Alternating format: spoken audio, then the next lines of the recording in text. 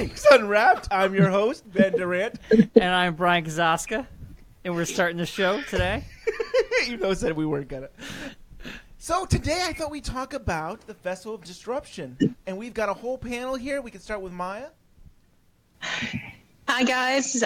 It's Maya, a writer for Blue Rose magazine, and you might know my blog, Twin Peaks Fanatic. And this is Pete. You may know me as Twin Pete's on Twitter and Instagram, and I also do some writing for the 25yearslater.com. Hey, this is Steven. You know me as Sam Howsit on Twitter, Instagram, and everything else. And I just launched a new blog, twinpeaksblog.com, back in February, and excited to be here. Hi, everyone. This is Britannia. I go by Brett Bacharach on Twitter. I'm in the legal services industry, really boring stuff, but I'm just a Twin Peaks fan and glad to be here with everyone. So I thought we would just go kind of talk about that weekend that we had. And I think it was just Brian and I that we went on Friday that we actually got to that private event, I think. Yes. Yeah. Brian, do you want to start talking about that? Ben and myself got to go to the private event. We had to dress fancy and rub elbows and be schmancy. I think we spent like a month trying to figure out what to wear. Ben did, yeah. It was really cool because the two surprise people that were there was Debbie Harry from Blondie, who looks now like a little tiny Yoda, and I was so excited to see. And she didn't speak now. She was just intending. She's just hanging out. And then Murphy, the lead singer to the LCD Sound System, was there, and I was like, oh, I know who that guy is. And you didn't go say hi. No, because he was eating a lot and talking, and I didn't want to bother him. All right. But we did get to see David Lynch and Kyle MacLachlan and Dan Ashbrook. Yeah. Yeah. And George Ray from Ray. Yep. So, Dean Hurley was actually the DJ, and he was playing music throughout the whole night. It was, 3 hours? It was about 3 hours or so. And then they did have a couple formal stuff on stage. We had Rob Roth, CEO of the David Lynch Foundation. He spoke for a little bit. I think he gave a similar speech on Saturday. Yep. And then we had Rebecca Del Rio. Yeah, she sang. And Silencio. Yes. Yes. Crying. It was beautiful. It was beautiful, and I think that's the same. You all can tell us that was the same song that she did at the end of Sunday night. She sang Llorando on Sunday. Ooh, very nice. And then the big thing was David Lynch. He came up, and here's the thing: is we got there early enough.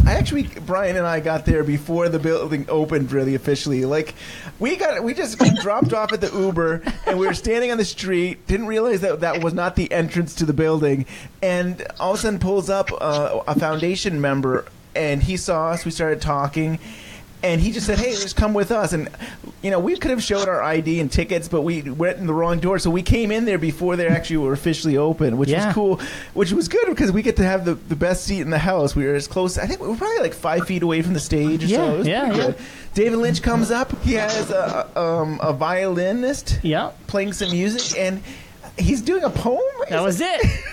He did a poem with a violinist. Can you remember what the poem was? No, I don't know, but it was all blurred. I cannot believe David Lynch is right there. I think I might have a recording of it somewhere. So. And the debate is whether would we want to play that now or 6 months down the road as a it might surface. So that was pretty cool to be able to see David Lynch and he spoke for briefly, and here's the thing with David Lynch, he had like the place was, I don't know if you'd say it was a warehouse. It was a very beautiful open space, and there was mostly stand up tables. We got a sit down table close to the stage, and there was just a little area that they boxed off for Lynch and his people and, the big name people. Yeah. You could see him. You could reach out and touch him. But you couldn't talk to him. You get in trouble. You get in trouble. But there were people out there that would try to talk to him and stuff. And real quick, so, for me, I really wanted to meet Lynch. That was like a big highlight to try to get to meet him. And Kyle MacLachlan showed up. Yes. He was hanging out, chit-chatting with Lynch. And so I was kind of close to the barrier as I could be, and I almost got to shake hands with Lynch. and then he was brushed away. And as they were pulling him away, their guards and everybody, I ran to the front of where the door was, and I said, put my hand out, and I shook his hand, and he was like, "How you doing?" That was my big encounter with Lynch. Ben hasn't washed that hand since. I think I asked him about what Lynch's hands were like when he told me this story. I can't remember it. I think it was soft. But you said they were soft and warm. Yeah, Right. I thought did I really say that, or because that's what I think it was? And then at one point, Kyle left, and I tried to pull the same thing again, and the guards realized I was going to try again, and they blocked me. And and so they usher him out of the building. Yeah. And Brian's there. And what do you say, Brian? I look out the window and I see Kyle McLaughlin standing, and I go, Ben, he hasn't gotten his car yet. There's still time.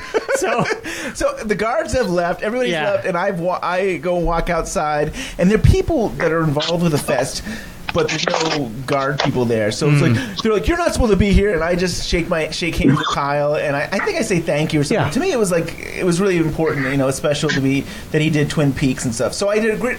Before they got the guards, I just did a quick thank you. and he said hi to Kyle, and he said hi back. So he That's the actually- most I got out of this whole thing. So that was something. Yeah.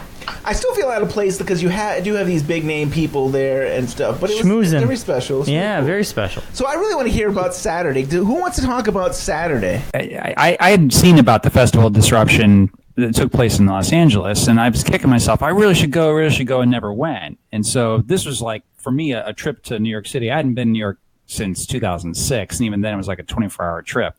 And so, I signed up for this thing thinking this would be great, get a chance to see. But for me, arriving there, I got in on Friday and then didn't go to any events. But then on Saturday, got there. It was in the morning. I remember raining when I arrived, and then standing in line with folks and that kind of thing. The event itself was great. I think for me, one of the neatest pieces was getting a chance to meet others in person who have followed Lynch's work, who have, obviously been involved with Twin Peaks and loved it as much as I have. That to me, I think was probably one of the greatest things. And immediately, like instantaneously meeting people in line, just talking, and they were all coming to this particular event. That was a great way to start off the morning. Yeah, I think, Brian, you and I found that every time we go to these kind of Twin Peaks, David Lynch events, that is like the big highlight is meeting other fans. I mean, there's something special about that. Yep. My favorite part. We sort of met Pete at the Great Southern. Like I saw him out in the audience and stuff, but I don't think we actually said hi till the Washington Twin Peaks Fest. Yeah, and I mean now it's great to see everybody at every event, or at least somebody at every event. I was, like Steven, I didn't get to go to anything Friday night, but I happened to fly in on Saturday morning, and it was pouring rain, and I knew though that we would have a wonderful time, and just getting there and getting in line, getting the wristbands and making our way inside. We showed up a little bit later than we wanted to, and when we got there though, it just felt like home and felt like family, and had a great time right off the bat. Yeah, I think back to like my first like fan fest was in '96, and so that was the last time I had ever really been around a high concentration of fellow fans in the Twin Peaks community. So it was just amazing to go back to that. I think I went to the gallery opening for the 20th anniversary of Firewalk with Me back in 2012. And Santa Monica, the Copro Gallery had an art exhibit and such, and that night was amazing when stars ended up showing up. But then that was different than this particular event, just because, again, I think people were coming in all over for that 2-day experience. And again, and now social media even more so with Twitter and all these other tools out there. It just is a really great way to connect people's Twitter handles to their actual faces, like in-person experience. Yeah. This was the first time that I had ever had a real chance to interact with any other David Lynch or Twin Peaks fans, other than friends I made in college who happened to like David Lynch. And I got to be honest, I was a bit nervous because I'm not very prevalent online, but I post a lot. And so most people know me by face, and because I'm pretty open with like my face and everything. And I was like, okay, there's going to be some other fans here. I don't know what most of them look like. Hopefully they'll say something to me. because I recall going to the MoMA screenings and expecting to meet people, and I didn't get a chance to meet anyone, unfortunately. But for me, just like Steven said, the highlight was, I mean, there were many highlights. The talk with Isabella Rossellini and Kyle MacLachlan was one of them. But the highlight was really getting a chance to interact with other Lynch nerds, Peaks nerds, you know, and just kind of feel like I had found my tribe. It wasn't awkward. My nervousness was unfounded, and so I was just really excited to get a chance to hang out and meet all these other great people. I'm trying to think. So yeah, they had Bob Roth on, and I think he spoke to one of the creators of Billions. And I'm trying to think. So after that was right. His name is Brian Koppelman. Yeah, Brian Koppelman. Cool. Mm-hmm. You know, and he said some interesting things. He talked a lot about managing failure, which I thought was one of those interesting pieces. You know, Brian, I guess he wrote Rounders, the '88 film that came out, and he's done some other stuff too. But he was talking about how he had tremendous amount of failure, and how do you rebound from really that kind of like a kick in the teeth, right? You know, how do you just, you know, bounce back? And he gave the advice of just finding just 5 minutes, just do like 5 minutes of work, you know, and 5 minutes could become 10, you know, and 10 could become 20, and just, you know, finding something, because if you have a passion around something, then you're more likely to, because you do it because you love it, you know, you do it because you find it great. So if you get beat down, don't give up on that. It was interesting. It was an interesting take on it. And then we mentioned Isabella Rossellini and Kyle MacLachlan talked. That was pretty special. That was very it. special. And like we got a center. We were like in the center, and we were only a few. I mean, I bet we were like maybe 35 feet away from the stage and stuff. And that was so cool to hear them talking about Blue Velvet. Yeah. Blue Velvet is my favorite movie, not just my favorite Lynch movie, but my favorite movie. And part of me felt like we were going to get too far behind the curtain and see what it was like, maybe get some mystery revealed that I didn't want revealed. But it was a beautiful, beautiful talk with, it seemed they're just two old friends who share not only that experience, but their relationship with David Lynch. And of course, they both have very unique relationships with David Lynch. And I felt like it was wonderful. Isabella has such a great sense of humor. She's a little twisted, and Kyle was sort of the straight man to the whole thing. And they were a great comedy duo, I guess, is how I would look at it. And they had some great stories, and some of them are probably PG-13, and others of them could be told wherever. So. Well, Isabella's story about when they cast Laura Dern, that just cracked me up. You know, how she had been in a previous film she played somebody who was blind. Yes. And she really thought that Laura Dern was blind, and that David Lynch had cast her in this film, and she's going to play somebody who, you know, couldn't see. And she's like, well, that's very interesting. And then just being able to, you know, say, you know, like, well, when she's on set, I was like, oh, you know, watch out for that step, you know. And she's like, yeah, I know. It's just the whole thing cracked me up. No, Laura Dern, she did a film before Blue Velvet called The Mask. That Peter Bogdanovich had directed, and she played a blind person. And Laura is such a good actress that when David called me, he said, "Oh, you know, I found for the ingenue, the blonde. I don't think he uses this term. Laura Dern." I thought, wow, yeah, Laura Dern.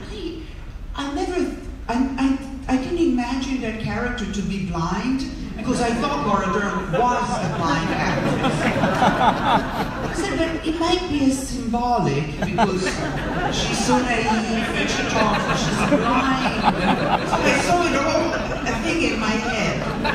And when I met Laura for the first time, you know, and she said, "Hello, how are you?" I would grab her hand. And then we were walking. At a certain point, I whispered to her, "There is a step." And she said, "Yes, I can see it." "You can see it? You see it?" She said, "Yes." I said, "I thought you were blind." I said, "No, I'm not blind. What makes you think that?" "Playing The Mask." She said, "Well, I'm an actress." And I'm Ingrid Bergman's daughter. I should know when an actress pretends. She's so convincing. I first saw Blue Velvet in my film class, and yes, it was like we were in a small room and it was on a screen. But this is the first time I really saw it in a theater, and it was so special to be able to see it on like the big screen. And I believe it was film. It was actually. Oh, was it? Yeah. It sure looked like it. I mean, I know it wasn't it didn't seem like like a Blu-ray, screening or anything like that. I mean, it definitely had a warm texture to it and grain, that so common at film. For me, I've seen it a couple of times on the big screen. Growing up in Columbus, Ohio, we had small theaters, and they would show it. And so I've seen this is probably like my fourth time on the screen, but I still can't get over just the size of the cars, how big they are on the screen, and Kyle MacLachlan's earring. I can't stop looking at it, but he has an earring on, and it's like it's that mid-1980s earring, I guess. And I remember asking him when it came out on Blu-ray a couple years ago on Twitter, if he still has the earring. He actually did respond saying that it's long gone, so he no longer has his earring. But I guess back then it was the thing. I like the story that he told about his mother and the script, and about how basically she was shocked and mortified, and that he had to kind of reel her back in. And I appreciated that Kyle cared about his mother enough to soften the blow. I'm not quite sure how she felt when, seeing her son get poked in the face with a knife and the other things that happened to him, but that was nice of Kyle to share that moment with us about how he helped his mom through the tough parts. We were even treated to a story about on the set of Dune when Kyle first learned a bit of Spanish, and he was talking about how David was in a room and he had wrote on the door, "No Molstar." And you were telling a story backstage about a time when you interrupted him while he was meditating on the Dune set. Yeah, well, David's a meditator, has been a meditator now for 45 years. Every day, And so when I was working with him on Dune, I didn't really no idea about this meditation thing. So, but I knew he would disappear every day for a few minutes to meditate. So, one day in particular, we were all staying in the same kind of, almost like a dorm room, actually. It was like a studio, but all the rooms were together. And I went down to his room to ask him some questions about Dune and Paul and something, who knows. Anyway, I noticed on the door, on the handle, was a sign that said, "No Molstars." And I was like, "No Molstars?" And I knew David, he was a little eccentric, and it was drawn in kind of a particular David way, and like it had like a little star on it or something. Like, "No Molstars," whatever. Knock, knock, knock. "Hey, David, it's Kyle." And I looked, I said, "Am I interrupting?" And he was meditating. He said, No, that's okay, Caleb, come on in. And I said, No, that's okay. He said, "Did you notice the sign on the door?" And I said, Yeah, no Molstars. I didn't know what that meant. He said, "It's no molestar." So I said, that's how I learned Spanish. That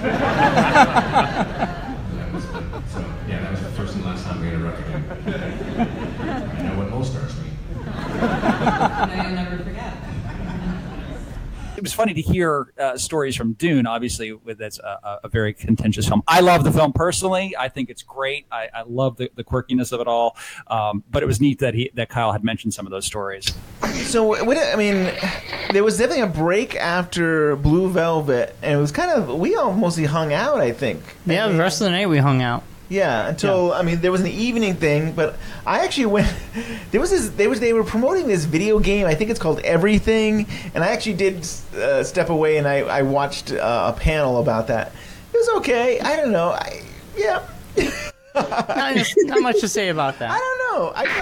I don't want to be very critical, but part of me is like, is this game finished? I don't know. It was a rough demo. It was cool. It was all right. Yeah. And the Eraserhead thing, we got to go. The Eraserhead experience. We got to be the girl in the radiator.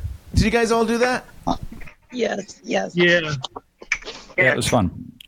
Yeah. It's funny, Brian, you and I are talking, like, I got in there, and they're doing, like, the pencil where you're swiping it and you're erasing it. And so, you walk into this first part, and there's the radiators, and there's a TV, and it's playing Eraserhead. Yeah. And then once you do that section, there's another section, and you have to step up. and they open a curtain, and then you get up, and then you realize, oh, I'm on the stage of in heaven, everything is fine. Yeah, and then I they love take that your song. picture, Yeah. and it's black and white. It's really cool. But Brian, you had a different experience when you did it. Yeah, I thought everybody had the same experience, but I didn't know it was the whole movie on a loop. I thought maybe it was just this one part. But I sat down, and it's the part he's laying in bed, and and all of a sudden he turns, and you look at the radiator, and he's hearing something, and then the guy just grabbed me. He goes, "Follow me," and I was like, "Oh!" And I stepped in there like, "You're in the radiator," and I'm like, "Oh, that worked out so perfectly." It was so perfectly. I'm but like, nobody oh. else got that experience. It was perfect timing. I thought that was what everybody got. We actually talked to the woman who made it. Yeah, it's very nice. And Brian was like, "That should have been the whole loop. A loop of that. Yeah, that one section. Oh. That's pretty lucky. It was cool that they were showing. That's the Criterion release, I believe they were showing, which is gorgeous. It's a gorgeous transfer of that film, and it was fun. And they gave you like a Polaroid of of you being on the stage itself. And Steven, you did the hand. You made yourself look like the girl. Yeah, I tried that. I've seen that film so many times, and I tried to recreate the cheeks, that she has. So I don't know. I guess it worked out. But yeah, I didn't know either, like what to expect. But it was weird being in this very dark room, and this TV, which is probably about a 40-inch TV or so, maybe a little bigger, showing clips from it. I didn't get the radiator clip. I got a different one.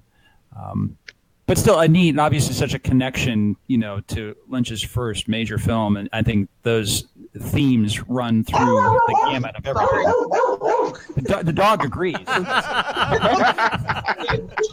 What's the way in? Sorry, guys. What's it on that? I guess he liked the theme of whatever he found in Eraserhead to the latest return to Twin Peaks. So I agree. I mean, like the explosion, the part 8, with that. I think that's what he said. I don't really speak dog all that well. But, Oh, I'm sorry. I have no control over him. That's fine.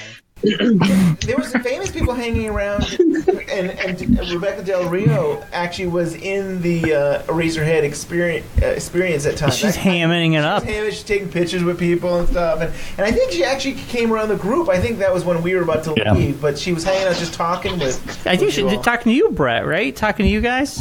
Yeah. She was talking to me and a guy who goes by Great Woods Research on Twitter, and she was telling us all kinds of wonderful stories about the making of Mulholland Drive and how many times she had to do the fainting take. It was 13. And just little details about. Yes, it was 13. And she said something about, the first time she did it, the way she fell, her legs were open, and David Lynch told her, "Okay, we're going to do it again because we don't want your legs to be open. We can see, a little bit too much." And so she's like, "Okay." So she tries it 12 more times, and David ends up going with the first take.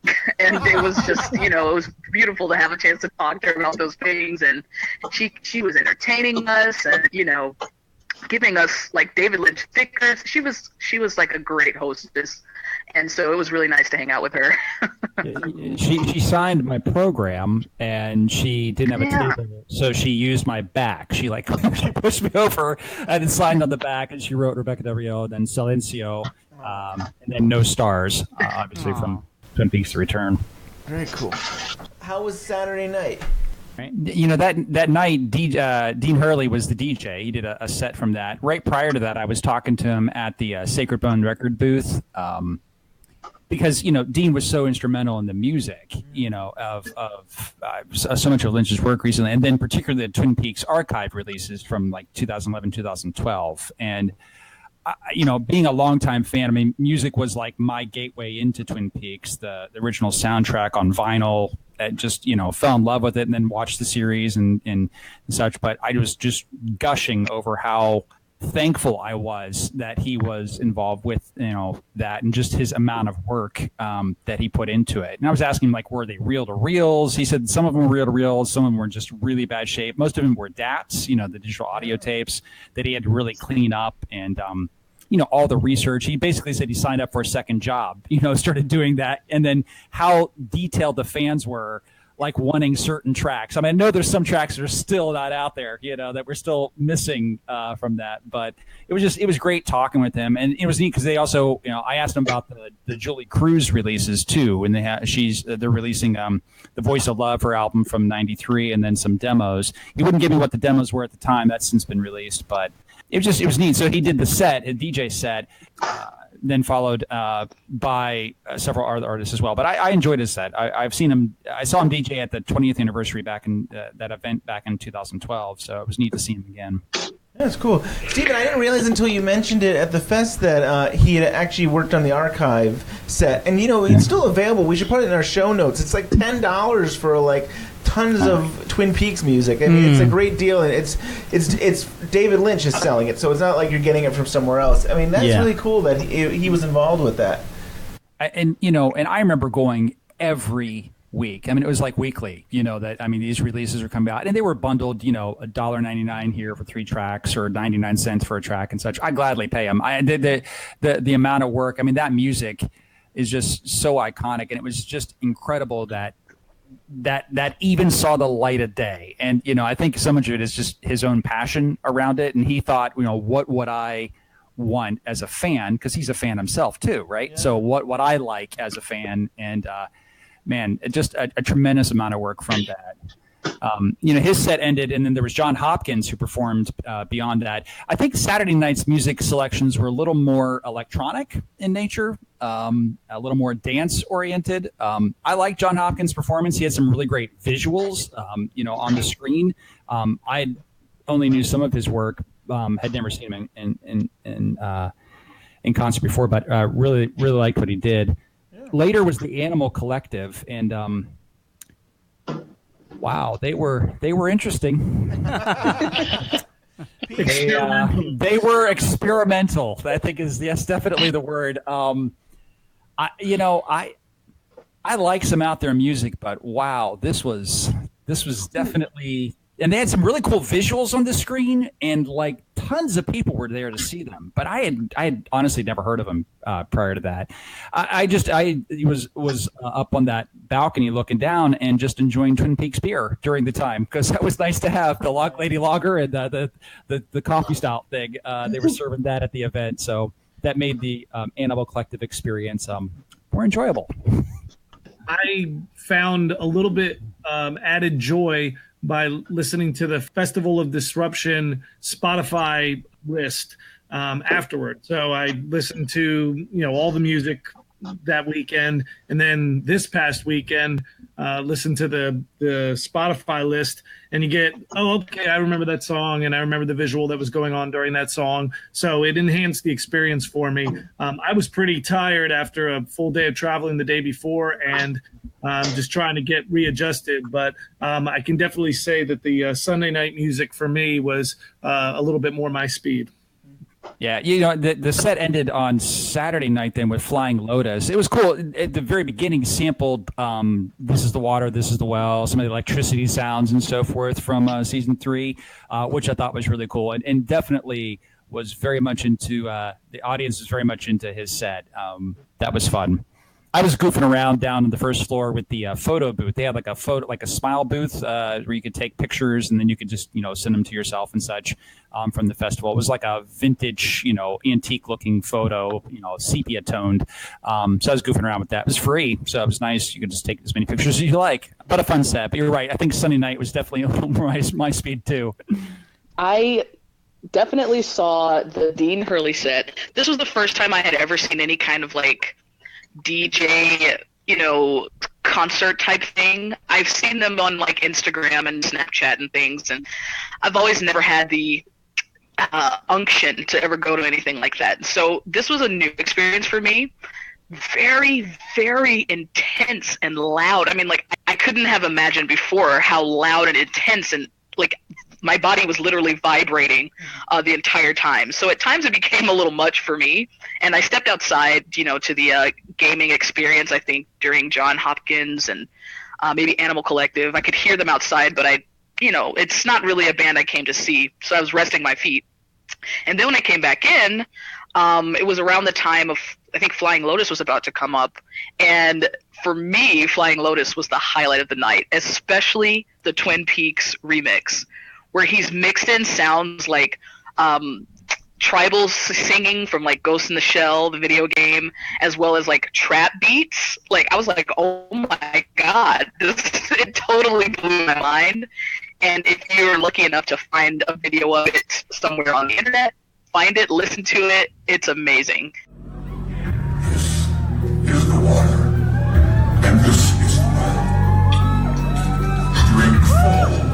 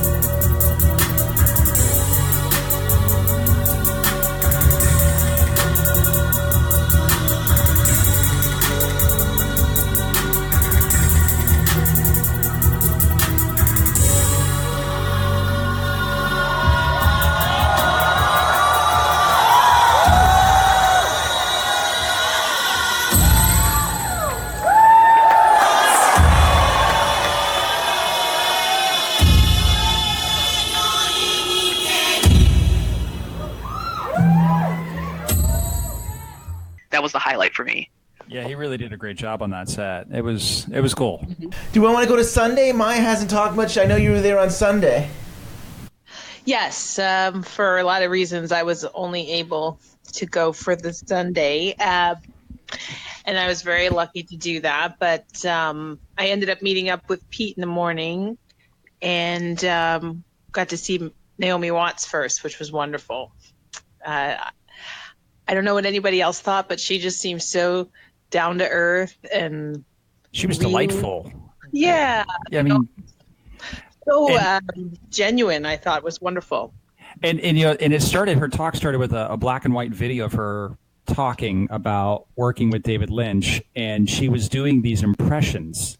Naomi, and just like it cracked me up because it was like spot on, like listening to him, especially after watching all those behind the scenes stuff on the season 3, Blu-rays. I was hopeful that she'd actually do some more in person, and she did when she was on stage. But they were just clearly has a freak. Yeah. Oh yeah, I love that. She called him a freak. That was hilarious. Yeah. Yeah, because It's like he'll talk to you through the megaphone, and like right in your face, freak. It was hilarious. That's awesome. It's interesting how much she owes, I guess, at least what I picked up on, how much she owes her career to Lynch. I mean, casting her in Mulholland Drive just really just changed the trajectory of her career, completely. And she mentioned that being at Cannes, and just like how everything just changed, from that. But clearly, he saw something in her, and as her performance, as seen in Mulholland Drive, it's pretty powerful. And then there was there but not there. Was that a short? Yeah, it was a 24-minute short that was done, and the only thing I noticed is that it was like a behind the scenes, like how I'm drawing a blank on his name. Gregory Crewdson. Yeah. Had selected folks to use in photo shoots and various things like that. I had caught some of it. I ended up stepping out. Naomi ended up going to the merchandise booth, and I saw her. I wanted to go say hi, obviously, like probably several other folks. Got her, she was holding the I Am Dougie's coffee mug, and they ended up getting a picture of her at that. But they whisked her away pretty quickly. She didn't really hang around. I know, like George Griffith, who played Ray Monroe in season 3, he was hanging out the booth quite a bit. Throughout the festival.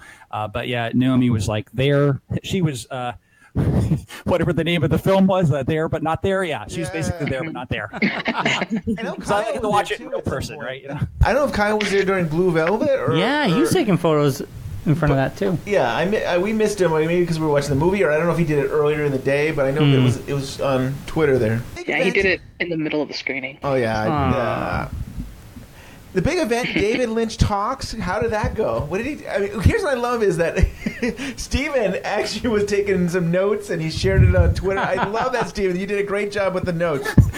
That was awful. I'm a terrible. I am like so we had to leave the entire premises because David Lynch didn't want anybody taking video or photos. He wanted to put in these things called yonder boxes, which is like a soft case, but they seal it, kind of like an ink tag where like they seal the box. So you hold on to it, but you don't get a chance to use it. So knowing that was going to be a thing, I bought one of the Twin Peaks Diane notepads, that recently was released within the past year or so. And I thought, I'm going to take some pictures. Well, I take some notes and draw pictures, kind of like how Andy Brennan drew like Leland's courtroom sketch, from Twin Peaks. What I didn't anticipate was that because I left the building so late, I got in and I was like at the very back, and it was super dark. So I have just like pages of like chicken scratch and sketches, but I couldn't see what I was writing. I had no idea. So I just was like, I'm going to write and just hopefully be able to decode it at some point. So I kind of did. That's cool. When I got in, they were showing the Psychogenic Fugue, the Sandra Miller's piece with John Malkovich, who was playing in different roles. Yeah, they showed that on the big screen, which I had never seen on the big screen, so it was neat to see. Oh, wow. Yeah. It was pretty impressive on the big screen. The colors are really really sharp, and Yeah. And it's funny, you're watching, especially Blue Velvet, the day before, and then to see his take on that iconic character played by Dennis Hopper, Frank Booth. It was just neat how much he captured, and I think really tried to capture the essence of those particular characters, down to the lines, down to even just how the motions, the gestures, everything like that. What about the rest of you? Did you guys get good seats? Did you enjoy seeing David's talk? Well, Maya and I ended up sitting next to one another at the during the first part of the day, just by chance, I think. And those were good seats. And then, of course, everybody had to leave to go to put their phones away and come back in. But I actually was fairly close to that middle back section, and for Lynch. And it was really difficult to see when we got in. It was very dark, and I was with two other people and my friends, and they were trying to find just 3 seats together, and finally we all just split up. But I found the Lynch talk fascinating. I think that the interviewer, and his name is escaping me right now, it's Paul Holdengarber, and he seems to have given asked those same questions before. So I think that, or at least very similar questions. And I think that helps to move things along. He knows the wavelength that Lynch is on, and I thought it was a good pairing there. It went a lot faster, but it was over, and I wished it could have gone on longer. There were some good moments in there. Yeah, there really were. Right before his talk, they showed, and I haven't been able to find it, Curtains Up, it was called. It was like a short film. David was narrating it. It had some gorgeous colors, visuals, talking about meditation. But I don't know where they created it. I haven't been able to find it. He had quotes in there like I like stories that hold abstractions. That's what cinema can do. He was a painter. He had no interest in painting. I had no interest in film. He just wanted to paint, but I don't know where that else was shown, but it was a neat short film. It was funny that Pete said it was so dark, because we did get funneled out, and I think that, Stephen, that's where I actually got to meet you for the first time. I had been looking at the hashtag for festival on Twitter the day before, so I saw a lot of the pictures that were going up, and I recognized his face, and we just happened to be in line together. And then I got pulled out of line to go ahead because I had those special wristbands on, which was nice. And I apologize, Steve. I didn't get to say goodbye. No worries. VIP life must be nice, Done comments down here, Yeah, you totally were. Yeah, it was nice. I got to feel like a big shot for a few minutes, but then when we walked in, I couldn't see anything, and it was so dark in there, and it was pretty much filled up. But we got to sneak up to the balcony and see it dead center, like from up top, and I felt like I had Lynch all to myself for a little, because there was only a few people up there, so it was very special. And I honestly thought the interviewer kind of sounded like Warner Herzog to me, and I kept imagining them having this conversation. But it was great, and David Lynch was so personable, I thought, and kind of not. He doesn't come off like a snob or a big celebrity type at all. He's kind of funny and he's kind of reserved, and obviously it was very much about transcendental meditation, but he did talk a little bit about a couple movies. I don't know what everybody else thought. I just thought he's very charming. I was mesmerized by his hands. They were, I think there's a Twitter account out there, David Lynch Hand or something like that. But he was constantly moving. At one point, he had his hands, he was like flexing his fingers, and I counted 42 times that he was just flexing his fingers, like back and forth, like the entire time while he was talking. And I don't know if it's just he's like painting with his mind, his words, and so forth. But that just it was mesmerizing to watch how he just would move his fingers and just it. It was great. It was just a nice pairing between the words he was saying and then just watching his motion. It was very, very calming. He was putting us under his spell for sure. He had a couple of highlights for me that I just, I took away. And again, I was writing all these notes, pages after page. He loves tobacco. He's a clear fan of smoking. He thinks smokers are treated like animals, that they're herded into stairwells but he loves smoking. He told a story about how he checked into a fancy hotel in Seattle and they told him there's no smoking allowed. And he's like, no, I can't stay here. So he went to like a Motel 6 or some like seedy place and no one bothered him. And he smoked all he wanted and he was fine with it. And, and he mentioned about seediness and how if things are too clean or too pure, it's just not right, and that there's this like natural seediness that has to exist out there. But clearly, he's a big fan of tobacco. Yeah, he said it was phenomenal. And he smoked with, I guess, Kurt Vonnegut Jr. By accident, or they were huddled in a stairwell in New York City. I think Paul had asked him, did he say anything? Did you exchange words? I guess there was no words that were exchanged. They just, shared a cigarette or shared smoking together. But clearly a big fan of tobacco. I was in the Gregory Crutzen talk, which was interesting to me, but not something I really came for. I mean, I really wanted to see David Lynch, right? And I apparently didn't get the memo that everybody else got, that they were going to skip out on the Crutzen talk early and get in line. And the line was so long by the time I got out there. I was like, Steven, I was like near the back, way in the back. And I was like, oh my God, I'm not going to be able to see the man. Thank God I brought binoculars. So I came prepared. But it turns out that I actually got decent seats. I was in the second section back, maybe 24 rows back from the stage. And I was just awestruck by David. Like as soon as he walked in on the stage, the energy in the room completely changed. Everyone gave him a standing ovation, and I was just like, once again, in awe. And a lot of things that he said, for me, it was a very, even though he doesn't really say much sometimes in his responses, when he does talk, it's very dense. And it's very loaded, and it's a lot to try to understand in one sitting. And I thought it was really interesting with his take on his thought about the divine or God, because I thought the answer was going to be, I don't believe in God, or, I'm agnostic or something like that. But he answered in a way that was surprising to me. He said he believes in a almighty, merciful Father and a divine Mother. And so he believes that there's something, greater than us out there, which I thought was very interesting. Yeah. But he also believes it's all a part of the same consciousness. We're all a part of the same thing. So that was, curious for me.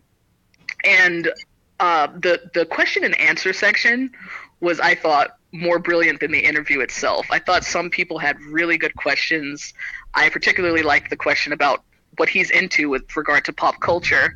And he said he spends a lot of time on the Velocity channel watching custom cars getting built and crime shows. And I was just like, he is such a 70-year-old man. He is so, you know, and it's just so great to learn these things about him. So, but I loved his talk, and I wish it were longer, but I just love what we got. I thought a lot of the people that got up to ask questions were pretty brave. I mean, that one girl, she was pretty young, and I think she said she felt terrible anxiety because she spends her whole life on social media, and that she was so unhappy. And I thought it was sort of brave of her to get up in front of all those people and David Lynch and say that. Yeah. You know. Yeah, but she also set herself up, though, for like the classic response. She goes, "How can I deal with this?" And he's like, "You need to start transcendental meditation immediately." Like, what else you're gonna get that? He was very much about submerge yourself in happy moments, you know, and enjoy those moments. Avoid negativity. Yeah, negativity is like a suffocating rubber clown suit or something like that. Yes, Is what he said. that was what he said. That's like, he does not like clowns, I guess. Somebody asked him about Shakespeare and the relationship with Shakespeare and how it relates to his work and so forth, and he's like, I have no thoughts about Shakespeare. It's like, but then he went on to talk about, though, he watched a interpretation of a film, and I don't know which one it was. He didn't say which play or anything, but it was like he's like, I watched this one version, but then I watched this other one, and it was a cool evening. It was dark, and it was overlooking the sea, and all of a sudden this giant shield like comes crashing in and interrupts the view, and he's like, I really like that, and I guess it was a Russian interpretation of it, but he didn't say which version it was. I haven't found it yet. But I will add that I got a chance to sit next to at That's Our Waldo on Twitter, and we had a nice little brief conversation about the Log Lady film that's coming up, and you know, everything like that. So it was just, you know, great to sit next to him and you know, have an experience with someone who's so into Lynch. But no, I don't think I had anything else to add. If I do, I will definitely chime in. It's great. They actually showed the trailer for I Know Catherine, the Log Lady documentary that they're trying to pull together via Kickstarter. They showed it the day before. Nice short, but I mean, it showed some really cool behind the scenes, you know, of her and her work and just her life. And it's being done by the same guy who did Richard Green, who did the You Don't Know Jack, the piece about Jack Nance documentary from long ago, which I had just watched the other day, and filled with some really interesting stories about Jack. He clearly was a character, but I can only imagine that there's some really great stories about Catherine Coulson as well. Yeah, it's really fascinating. I mean, they only got a few weeks, or maybe I'm trying to think how many weeks they have. They maybe have 3 weeks or something like that. But it's. I definitely would recommend people support this. David Lynch is backing this. So many other people that are related to Twin Peaks, and Krista Bell is supporting this. This is such an important thing. And I think, but you know, we all loved Catherine. Yeah. And I think what a great way to remember her by actually creating a documentary about her. And so I definitely hope people that are listening will go out and, you know, even $10 I think would help. So yeah, that's true. I mean, again, it's if everyone just donated a little bit, you know, who really get to their goal. They have a pretty lofty goal, but I know they've been doing some backing things where, you know, matching dollars, and there's some really cool you know, prizes they have yet to reveal, or rewards, you know, as you get to certain levels. But I know Catherine.com. So it's a neat site, and clearly she, you know, I think just her performance is so iconic. I was watching the pilot episode the other night, and just the way she comes on the screen with the flicking of the light, you know, and just it's so instantaneously memorable, and it clearly is just the power of a great actress like her. Oh, yeah. Who's the lady with the log? Yeah, exactly. We call her the Log Lady. Classic. So Sunday night, who wants to talk about how Sunday night was? Well, maybe we can talk a little bit about the Pete's friends and Brett sort of group that commandeered the front row of the crowd, which I thought was pretty cool. I don't think we were the first ones in there, but somehow we ended up right up front. And let's see who started out the show. They had Nancy Wang, she was a DJ from Yeah, LCD. the DJ set. Yeah, DJ set. That was kind of quiet, and then we I think we went into my highlight of the evening, right, which was Wa Simone, right? Yeah. So I took a bunch of pictures through the night, and there was a picture of Wa Simone, and it was very similar to when they were in the Roadhouse, and I got at Great Woods Research to add a starring Kyle MacLachlan over my picture, and I tweeted that out on Sunday night. That was definitely a highlight. That's awesome. And short set, very short set, but I don't know a whole lot about them historically, but they don't really play together that much, if at all. And this was kind of a reunion gig for them. So I think them doing that for a good cause was a good idea. I think they're based out of Brooklyn too, so it made it very convenient that they were there.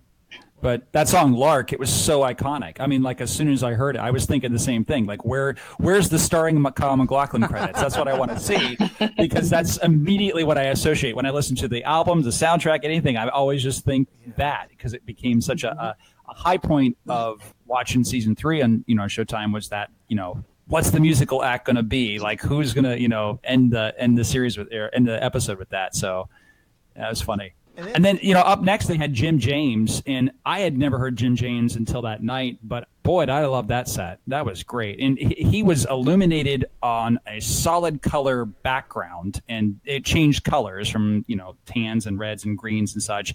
And he was in shadow, like you could hardly see him. It was like him, a guitar, and a guy playing like a snare drum and a cymbal, but such a great voice. Very powerful. That of all the performances, I think his was the one that surprised me the most. Yeah, well, for me, the one that surprised me the most was Angel Olsen, because I was not familiar with her music at all. And she is brilliant. I mean, her voice, her guitar skills. I mean, being a casual guitarist myself, I'm just like in awe of her, ability to do both, to sing, to pick, and, play at the same time. She was really fantastic. And I hate to use the word transcendent to describe her performance, but that's kind of how it was, especially in the front down there, right at her feet.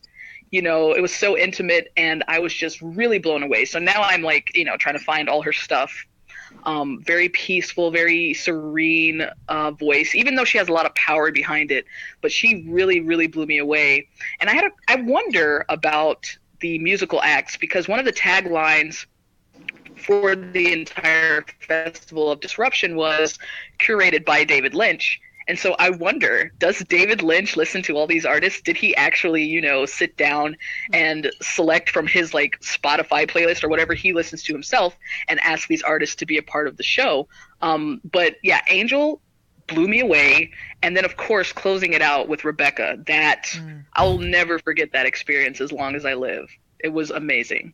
And she was wearing that black and white chevron dress, similar to the one she wore, in part 10 on Showtime. And wow, what a voice. Fantastic. Acapella. I mean, it just came out and like gave me chills, because that scene in Mulholland Drive, I remember seeing it in theaters, and I knew like it was that point in the Lynch film where you go, holy smokes, this is weird.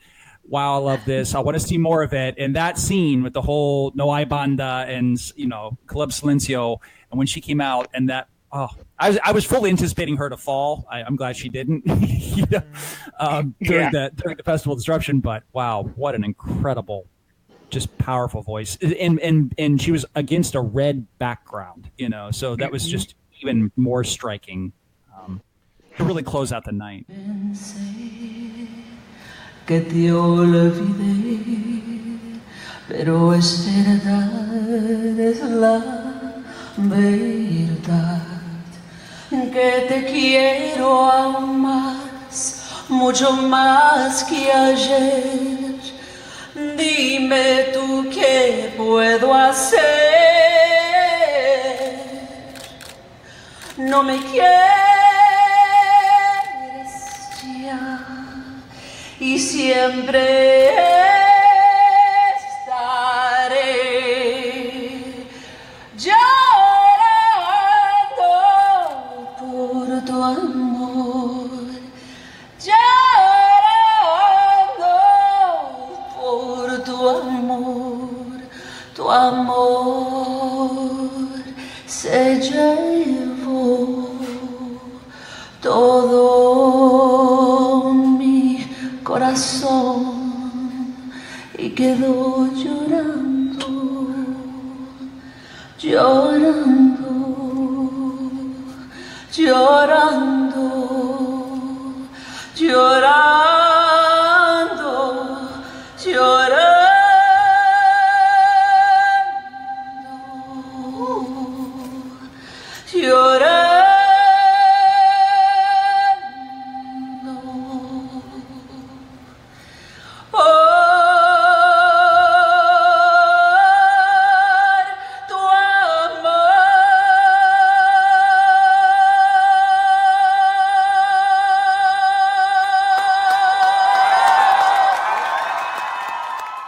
The highlights, I'll use plural here, of the weekend, we're definitely meeting new people, meeting Brett, meeting Steven, meeting some other folks, Great Woods Research, folks that I had, had these Twitter conversations with over the last year plus as Twin Peaks came back into our lives.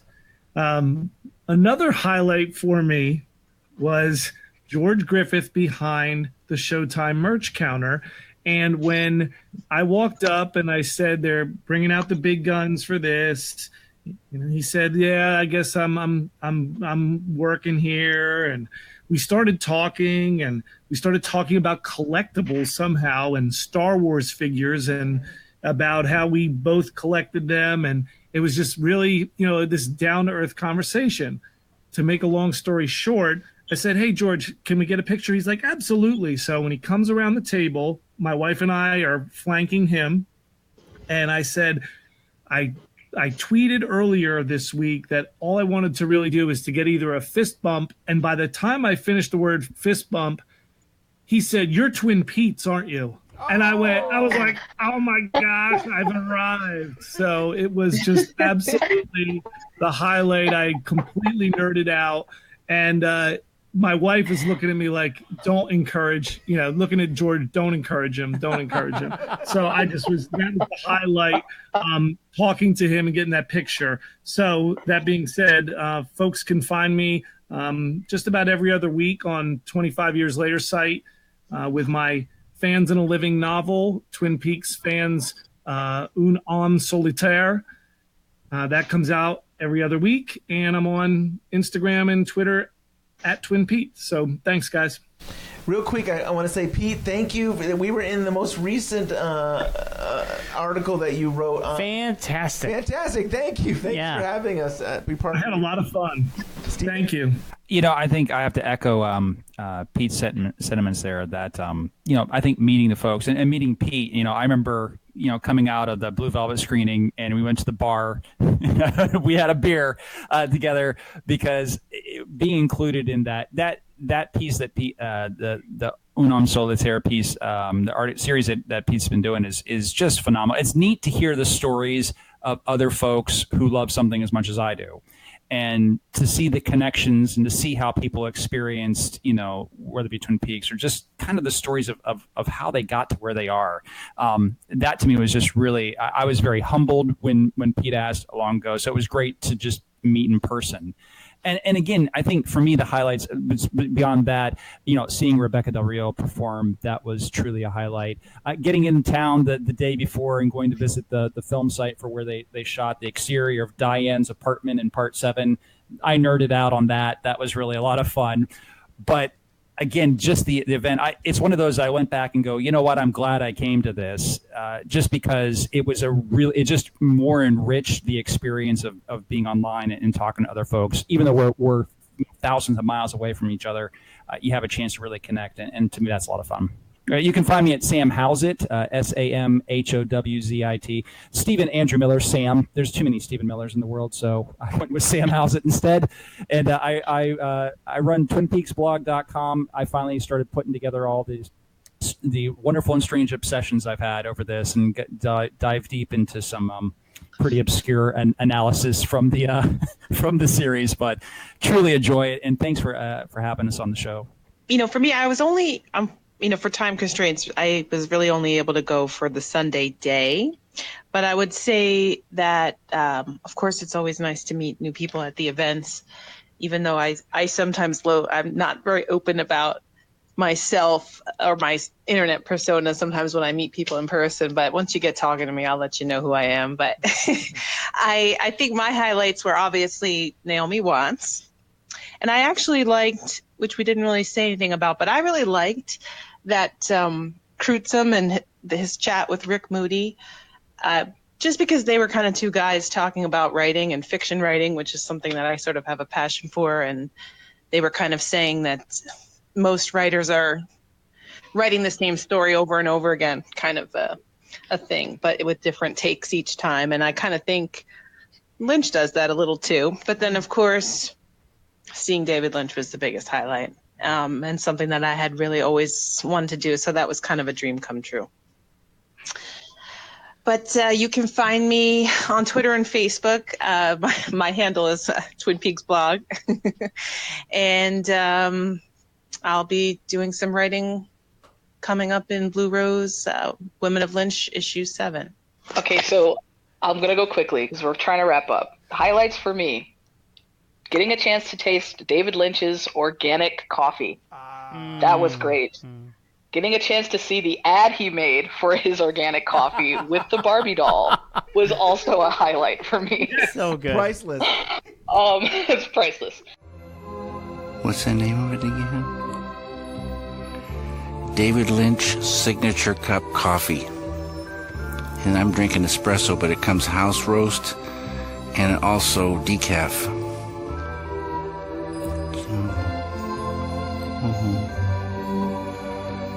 Is it organic? Yeah, it's organic. Oh. You're kind of cute. You are beautiful. Yeah. And, of course, Rebecca Del Rio. Her performance, once again, I got a chance to see her after the performance and talk to her a little bit and just talk about how she feels and everything like that. And that was a conversation, once again, the performance, the conversation was fantastic. I'm so glad I got a chance to hang out with her on Saturday and Sunday as well. I got a chance to see George Griffith again, who I met the first time at the MoMA screenings of The Return. And he is just one of the most down-to-earth, beautiful personalities you could ever meet. I, love it. Every chance I get the chance to talk to him is wonderful. And then, of course, being able to put the faces to the names of all the people that I interact with online and getting to know that these people are real people. They are passionate about David Lynch. They are passionate about Twin Peaks. And I mean, one of the things that, I'll never forget is looking at Stephen Miller's hand when I first shook it and meeting him and realizing that we both were wearing the Owl Cave ring on the same finger. And we had a conversation about that, nerding out about the ring. And so it's just so nice to be able to submerge yourself in that world, in Lynch's world, in a little bit, kind of like dipping your toe in, and kind of feeling like you're a part of that world for a moment. And so the whole thing was great, but those were my highlights. You can find me on Twitter at Brett Bacharach. I don't write anything. I don't write about Twin Peaks. I don't write about David Lynch or anything just yet. Work keeps me pretty busy, and I do tweet a lot. But if you want to follow me, you can find me on there on Twitter at Brett Bacharach. And it seems like every once in a while we see pictures with you and Kyle MacLachlan. Lucky. It's like maybe once a about month. that. Once a month or so. Once a month, She's you, like... Kyle, hang out, have some wine together. I've been very lucky that I've always been, or pretty much always been available when Kyle does his pop-up meet and greets at his wine tastings. And at the last one, he decided he wanted to put me on his Instagram story, and that was like life-altering. So, yeah. Wow. That's awesome. Oh, we can only dream, Ben. We can only dream. One of these days. Hey, I got to shake his hand. I'm happy. That's yes. good. Well, it's been so much fun. It was so great hanging out with all of you that weekend, and I hope we can do it again sometime. And thank you, Maya, Steven, Pete, and Brett for being on today's show. We appreciate it. And everybody who we met at the festival for the first time and everybody who we met for the second or third time. Hi, Simon. Yes, Simon. We had a busy Friday. It was so special to actually meet David Lynch and to get to see Kyle and to just be in that whole private event. But after that event, we then went to the Pink Room event and got to see Burlesque. We got to see Francine's great... they did a David Lynch event. It had some Twin Peaks. It had some other stuff. It was... I love that. They fantastic. Did great work. But we saw, Simon, who listens to us. And yeah, so we're in line. We're waiting at Joe's Pub to get in at midnight. And someone sees our shirts and says, "I recognize your voices. Are you Ben or Brian?" And we're like, "Yes." And it was Simon, a listener from the UK, with his girlfriend, and I wish I remember her name. But hi to you both. It was a pleasure to meet you both. It was so cool that we got to meet a listener. Yes, we had a few listeners. Yeah, too. but Simon seemed to stand out because he had a whole conversation with us, and we'd run into him the next day. And, yeah, it was awesome. And he was really cool. Yeah. And what's funny is that he listens to our show, and I guess on the show we mentioned the Pink Room, and that's how he found out to go to the event. So that was kind of cool. He said I would not have known about this unless you guys had talked about it on the show. How cool is that? So our show is bringing us together. Yes, it is. It's awesome. And that show was absolutely amazing. Normally not my thing, but it was the voices that came out of some of these women who sang. Unbelievable. Yeah. And the act, Francine knows how to really construct and put together an amazing a time, and the Dark Lord Schaefer hosting. Oh, he's always good. I mean, just you're entertained, you're laughing almost the entire time. Yes, it just blew me away. And Joe's Pub is such a classy place. Like, you hear the words Joe Pub, and it's not a pub. It's not a pub. It's not theater. like a tavern. It's not like it's not. It's a beautiful theater. It really is. They did such an amazing job. It was so cool. It was like 2 hours long. But it flew by. And they had, they had raffles, and they had fun things that they did. And it was something else. And it was such a fun show. And we had a busy weekend, didn't we? We did. And we were up till 3:30, and then we woke up. We thought about going out after 3:30, and then we got to get some sleep. We got to get some sleep, and then we woke up to the royal wedding, and we had to watch that. I'm kidding about that. And we had a fun-filled day on Saturday, and then we had to leave because of work and obligations, and you have kids, and I have work. We didn't even think we could do it at all, and then it just kind of worked itself out that was... if it wasn't for Ben, I don't think I would have gone, and if it wasn't for Ben's wife, he would not have gone. That's true. So ultimately, it was your wife who... Thank you, wife. Yeah. It was an amazing weekend that I will never forget. It really is. I don't know how you top this. It's like maybe we should just end the podcast. I've kind of lived my fantasies and my dreams, and we've done everything. What else is there to do? I don't know. Well, continue on with our podcast. We got to talk about the Split Screen Fest. Yes. We got to try to talk that. Maybe we can do that next week. Yeah, hopefully next week we're going to be at the. By the time this airs, it will have already happened. Yes, we had went that past weekend. Yeah, but we'll try to see if we can do something next week on it. Yeah, so stay tuned. And if you have a comment, question, or Simon, you'd like to say hi to us again, drop us an email at twinpeaks@gmail.com. You can like us in the old Facebook. I'm always hanging out there. I've gotten some messages from people. We'll get to that some other time, but I appreciate it. I always try to respond to everybody. And then Ben's been hanging out on Twitter. I'm hanging out on Twitter as well, but you'll see Ben on the Twin Peaks Unwrapped Twitter page. And Twitter's always blowing up. It's always a good time on Twitter. And also, you can see a lot of the photos from the festival on our Facebook and on our Twitter page. So if you want to check out the photos that I posted, and Ben Dana posted. Ashbrook on there, probably. Yeah, We yeah, probably have yeah. a few people that we got to I hang did a out thing with. called Day 1, Day 2, and Nice. I posted a lot of those. So you can check that out. And we'll be back next week. You'll be next week. Like us, follow us, subscribe to us on iTunes, give us that 5-star review. It means a lot. Thank you so much. Yeah, leave us a little review. We're on Google Play. We're on Spotify. We're on Stitcher. And we'll be back next week. So long.